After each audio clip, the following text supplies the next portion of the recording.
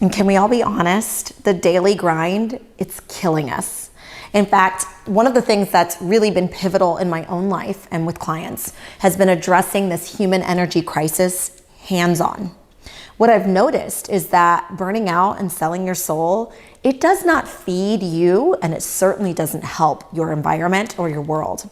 And so when I think about that science of being better, that answer of yes, success can be created. While the answer is yes, success can be created, it is also a very proactive, very strategic, very in-depth process. And sometimes that may seem a little scary. In fact, to be honest, in writing this, I felt very discouraged in really breaking through a lot of people's false beliefs about wellness, about spirituality, about personal development and self-help, because really, this is meant to be a radical shift in a help yourself format.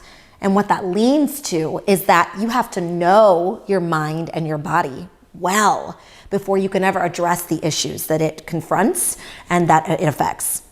So when I think about that science of being better, you really can't understand you until you understand what makes you you, and that's your brain. If we break the brain into two diverse sections, oftentimes it's considered the upstairs brain and the downstairs brain.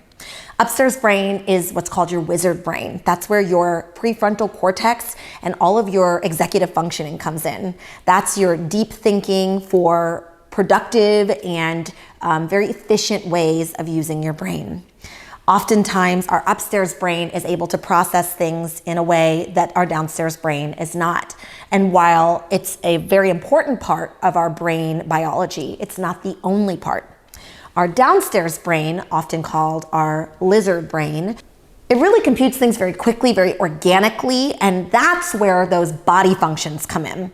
Oftentimes, when we think of the downstairs brain, we think about the fight or flight, or fight, flight, or fawn and freeze response. That's where, when we're faced with a really difficult situation, or maybe something really significant like trauma, our body has its own way of reacting. Can you see where we need to know our mind and our body better before we go any deeper in the process of self-improvement? That's my passion. I believe that if you don't like the mind or body that you have, good news, you can change it. In fact, in the science of being better, there is a big phrase called neuroplasticity. What it means is that the neurons in our brain, that's the cells in our brain, have the ability to rewire and reconnect. They're plastic in a sense. So what that means is regardless of your age, what you've been through in life, or even where you struggle or are strong, you have the ability to change your mind and body starting today. So what does that look like for you? Well, first, I want to break down what I call the mind and body fitness. Those are your growth KPIs, your key performance indicators of your personal success. You know, I spend all day talking about KPIs in business. How many first-time clients? Do we convert them to a bigger, longer-term offering? I find it very exciting to think about my own personal, holistic KPIs. What I found is that it helps you to stay focused, to be action-oriented, and have a true, roll up the sleeves understanding of what you contribute to the life that you desire. Be more tactical and specific. Let's talk about the 4 areas of your mind and body fitness. I'm gonna read through it along with you in the Mind and Body Guide.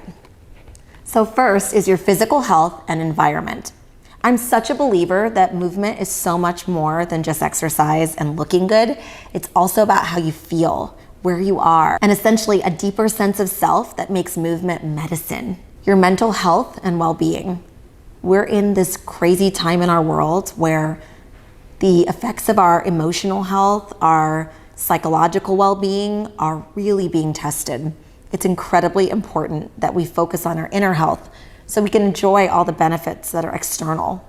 Your relationships, that's all of them, personal, professional, and everything in between. And arguably most important is your own self-development. That's everything from your changes, the evolution of who you are, your spiritual growth, and your deepest sense of yourself. As you think through each of the ways that these affect your individual lives and where they overlap, it's a great time to put your reflection into practice. Write down a specific, measurable, actionable, and relevant goal for each aspect of your mind and body fitness. You'll need to prove it in your actions that are both seen and unseen. This is a great way to start. So as you start to uncover those key areas of your brain that you want to get to know better, I want to give you a few straight out of the Mind and Body Guide. First is your limbic system. This is your emotional command center. This is where you can recharge, reconnect, and really understand your own emotional well-being and balance. Next is your basal ganglia. This is your masterful mover and motivator. Basal ganglia fuels your emotion, motivation, and keeps your anxiety in check. That's a great friend to get to know. Next is the prefrontal cortex. This is your executive suite, where all the magic happens. The prefrontal cortex oversees planning, decision-making, and emotional control. If you're struggling with focus or your social interactions, I'd really recommend you get to know better your prefrontal cortex and see how you can improve specific skills for that inner CEO inside of you. Lastly, your temporal lobes. The temporal lobes are your memory vault.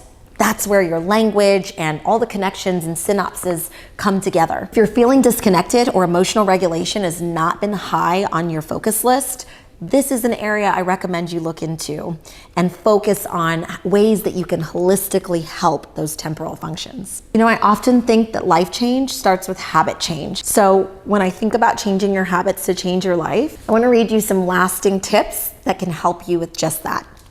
First is to understand the science of habit formation and your behaviors. Some behaviors are easy to understand, but difficult to change. And when I think about it, it really breaks down into a 3-step habit formation and change process. First is to spark your motivation.